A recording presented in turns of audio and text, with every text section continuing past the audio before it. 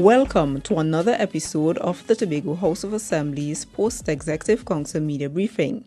This week, the Secretary for Health, Wellness and Family Development, Dr. Agatha Carrington, addresses the media. I'm pleased to participate in this post-executive session at which I will share several issues with you.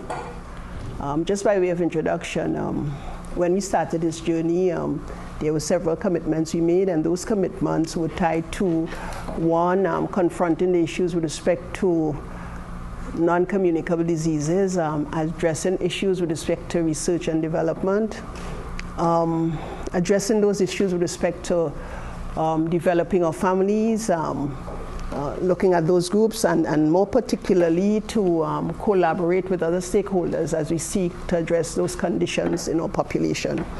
So that I will want to update you in terms of some of those. Before I do that though, yesterday being the International Day of the Family, most people will recognize that islands like ours and countries in the Caribbean and throughout the world have been recognizing the need to address matters with respect to inclusiveness in our society and pursuing peace. And therefore, we are no different. It provides an opportunity for us to do that. So yesterday was that day. And so that for our team members who participated, we want to thank them. The theme being families and inclusive societies. And that indeed is tied to goal 6 of the SDGs, which speaks to inclusiveness. Just following on that, in terms of our families, we continue to provide support through our social workers in our various health centers and multipurpose halls. Permit me to also mention an initiative or a construct that was agreed to today, and that is the creation of a Tobago Association of elderly organizations. This organization was formed following a meeting of several groups representing the elderly in Tobago, and they felt it was necessary to create an umbrella organization to address the matters that they want to have discussed. More importantly though, this organization will collaborate with a partner that we've established or an agency that we've been working with out of Martinique. And further to that, we will be an affiliate of FIAPA, which is the International Federation for Elderly Persons. We've given the support to this group, and they will have a space allocated, or a space has been allocated to them to have the services. And we also expect to provide for them a small sum of money in the sum of $100,000 to provide for the purchase of much needed items they will need to outfit the space. They are presently working on their plans to outfit their space. So that's in terms of that and our families. Let me just point to as well matters with respect to our women being part of our families, and therefore when we launched International Day for Women, we agreed and we gave the commitment to pursue a year-long set of activities. And let me just update you quickly in terms of what we've done so far. So that we've already done reproductive health workshops with our women. We've been looking at, and yesterday's Newsday recorded the activities that we've done recently in terms of diet and exercise, because we feel it's important for us to pursue a healthy lifestyle as we seek to confront the non-communicable diseases that are affecting our women. And you will see, continuing into this year, that we are going to have activities which include our breast health services, which we are presently preparing the space, and not just provide the breast health services, but to launch a pink room that our women could use in terms of a safe space, and also a space where they could have their reading area, their research area, and so on. They can use that space. That is located at the old hospital, as is the space for the Tobago Association of Elderly Organizations. And so that much is happening in terms of what we're seeking to do for women. We continue, though, with some focus group sessions in the coming month, looking at women overcoming substance abuse. And we expect to do those in Roxborough, Glen Road, Canaan Bonaccord, Bethel, and Plymouth. So we expect that to keep our women very active in terms of what we are seeking to do. And as we pursue that, we will have Women in Education and Culture in July, and there are several activities that they are recording on our Facebook page, and you're invited to look at those to see what is expected to happen. Just in terms of focus on research and development, let me just mention that we've been working to develop proposals that will allow for us to do the research that we want to do in our population, and therefore we have submitted, as at yesterday, on a call for papers responding to a PAHO invitation, so that we will partner with the Division of Education, Innovation and Energy on a proposal to address bullying in schools. We feel certain that we will have that awarded to us, so we could pursue that area. In addition to that, though, we have other proposals that we are looking at in terms of reduction of amputation in our population, and we are building out our NCD registry, collecting the data and making sure that we understand what is happening in our population, and that will continue for some months to come. We have already started collecting our data in some health centers. In terms of our collaboration with other agencies, may I mention that as a consequence of the approval that we received during last year, the Family Planning Association, which we think is the premier organization for sexual and reproductive health, we'll be partnering with them to strengthen our own service, and such would be launched in the coming month. We expect to activate that because we think we can benefit immensely by working with that group. Let me just share as well in terms of improvement in infrastructure, and may I share with you just a few things that in the case of Plymouth Public Cemetery, we expect to upgrade our facility there, and that project is to commence within the coming month as well, which would see not just the reconstruction of the fencing, but also the facility that is much needed, the bathrooms and toilets that are needed for persons using the cemetery, that is expected to start as well. In terms of the Moriah Health Center, when I spoke to you some time ago, we indicated that the sod will be turned somewhere around this time, 18th, 19th, but that there was an area that we had to address to be certain that we pursue with the project as we ought. And therefore, notwithstanding the fact that this project was conceptualized more than a decade ago, we are expecting that this will be built within 1 year, commencing in terms of we want to have the sod turned in the next month. But what was important for us is that we moved to have the Executive Council formally engage UDCOT to deal with the full procurement of the Moriah Health Center, but not just that, that we accept the costs as given as the budget for the project. That is important so that we guarantee, we have, as far as it's possible, that there's an agency with responsibility that will initiate and deal with the full procurement of the health center, and also that we have the approval, or we approve the cost that they have given us for this project. Such cost is of the order of $28.153 million TT dollars. And as I say, in terms of the timelines we've looked at, we expect to have it delivered in 1 month. We anticipate that part of our budget this year and the next year would support the delivery of that project. So I needed to, and the residents of Moriah would be pleased because they've been asking about the facility, which they're aware that the last decade they've been waiting on that.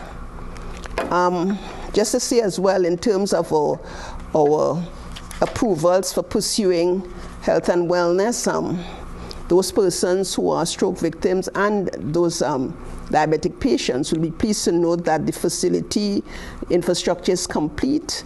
We've had the consultants visit to ensure that we're doing what we had agreed to do, with the expectation that we will have the service launched in 6 weeks. That's the time that we were given, that we will roll it out. Then we're ensuring that we work out all the protocol issues so that when we start, we will have little challenges. Together with that, a new service that we've not had formally on this island, or foot and ankle clinic. For persons with diabetes as well, we've been able to engage a foot and ankle specialist who will be in Tobago once per month to provide the support required for those persons requiring that service. Just to say as well, our breast health service is also to be commissioned. So in the next 2 months, you expect to see several services that have been approved and planned, that they are going to be rolled out, because we're just getting much of the protocol work and so ready so that we can have them rolled out.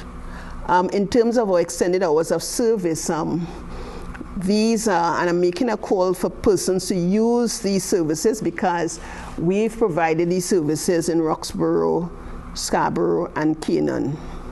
But that persons still come to our hospital for services that they can access at these health centers. We encourage persons to use the facility because we have created a facility beyond the normal working hours so as to improve access to care.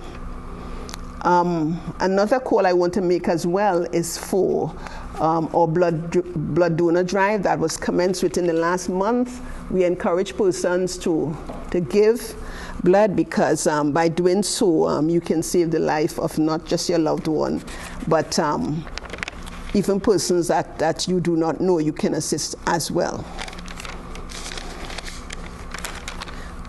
In terms of our collaboration with other sectors, may I mention as well that our collaboration with Tobago Progressive Association of New York, a group of persons who are originally from Trinidad or Tobago, the expectation is that their next medical mission would be here in July, and we would be collaborating with them in the delivery of the outreach services.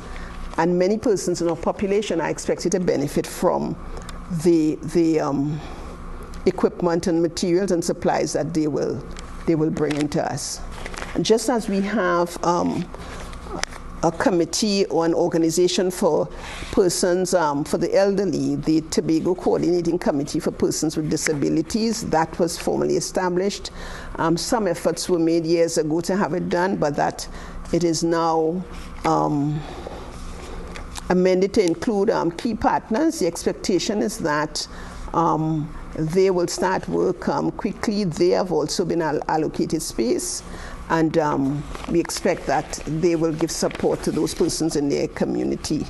The other decision that I did not mention is the approval for the appointment of the TRHA board for 2018-2020, and when we receive the necessary approval at the next level, because this is expected to go to the cabinet, such information would be made available to you.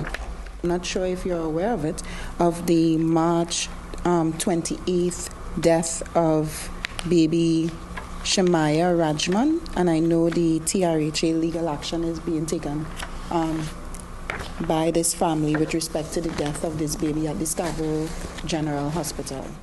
Always when there's a death that occurs, we are not pleased with that. Our expectation is that in the delivery of service that we will take due care and attention. I am unable to provide to you the circumstances concerning the death because these details have to be looked at. I have not looked at that closely. We expect that this would be fully investigated, as would be the case of any other concern that persons may have, such that we will give the satisfaction required as and when these situations arise. And as you're aware, this matter, there is now a pre-trial protocol letter sent to the TRHA. Could you clear up if all workers are now being paid on time? All right, so the persons who have had challenges with salaries, firstly, let me categorize all the daily paid employees in our several districts are being paid on time. Any person who may not be paid on time would fall into the category of short-term persons returning from end of contract leave and to be re-engaged, and therefore they may not be paid on time when they return to work. But in a general way, I would say that most of our employees would be paid on time. Concerning you said you wanted to pursue some sort of campaign to address the blood drive? No, the bullying in schools. Oh no, I said that there was a call for papers, and we submitted a proposal to PAHO to access the grant to pursue the research into, and we will collaborate with the Division of Education, Innovation and Energy in terms of that study. Okay, that's the exact question I wanted to ask. Mm-hmm. Another question, you said you also wanted to do, I think it's some research in terms of trying to reduce the amount of amputations. Right, what we have been doing, if you recall, early up in our early assumption of duty, we've been trying to strengthen our research effort and using data to support decisions that we make, and therefore we had draft proposals coming out from the clinical teams and so, and what we have done, our research unit has been working on refining those proposals so that we can have them implemented, so we can understand really what the problems are so that we can intervene. So that's one of them. Is it that the division believes that a lot of the amputation, or I don't want to say a lot, but a significant number of the amputations are unnecessary or could be avoided on the part of whether it's on the part of the patient or whether it's bad decision making by the medical staff? So let me answer you by saying that the division is, and by virtue of its name, that we are pursuing health and wellness. And that if we are saying that, we are encouraging persons to take full responsibility for their health. And therefore, many of the issues that confront us, the non-communicable diseases, those persons at risk persons, those are the ones that we are looking at closely. And therefore, there's a role to be played both by the client and by the division in terms of giving the support to make sure that persons are as responsible as they can. The diet, the exercise, and all that. If we were to do that, we will minimize the numbers of persons with NCDs, or we will control those, and that we will reduce the numbers of amputations that we have. And therefore, our effort is to drive the health promotion, disease prevention effort, so that we will reduce the numbers of persons coming in and having to have the amputations done. Okay, so just to be clear, you're taking it from the angle of encouraging individuals to be more responsible for their health. Mm-hmm. Okay. Does the division have cases where doctors may be making unnecessary amputations, or may not have taken sufficient steps towards saving someone's limb instead of cutting it off? I really don't respond except I have the data. It's going to be difficult for me to answer it, yes, except I have the data. Concerning the appointment of the the new territory board, does the division have a team in mind already, or that part of the process has not come as that is done? I indicated that the board is already, we have a decision already in terms of the composition of the board. The next level is that we send it to the cabinet secretariat. And then so it's difficult for me to, until the full approval comes. Yes, it will be premature to. Can you give us an update concerning the deaths of Petronella? All right, so Petronella Neptune and Trisha King. Yes. You see, you want to know the status of the investigation. Yes. All right, and that was a question asked to me just a little while ago. That and I said sometime before that by June we'll have the report. This is not a report, or these reports we are actually doing 4 investigations, kind of running concurrently with the same team. We're trying to have it all done by June. We've had some challenges in terms of transcription of some of the documentation, and I was indicating today to my chief secretary that legibility of what is written poses a challenge for some of them. That is not to say that so we have to transcribe some things to understand what is being said in the notes, that is, and so that is being dealt with. We expect to have maybe not all 4, but certainly at least 2 of the 4 completed, because they partially done. We are just checking back some of the patient's notes to make sure that what was conveyed was indeed conveyed. I know it seems as though it's long, but perhaps you're not aware that we're doing 4 at a time. We're doing 4 we've given them to do, so that we expect to respond to maybe not all 4, but certainly the first 2 that are most urgent. If the investigation shows that members of the medical staff would have been negligent or grossly negligent in any way, is there do you know of any laws or anything that can lead to a criminal investigation taking place afterwards?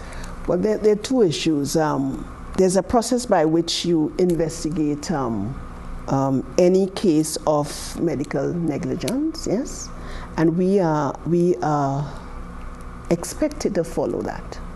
We're expected to do that, and for those processes that are outside of our remit, like the legal ones, there are processes for those over which we do not have any control. Thank you for staying with us for the Tobago House of Assembly's Post-Executive Council Media Briefing for the week ending May 19th, 2018.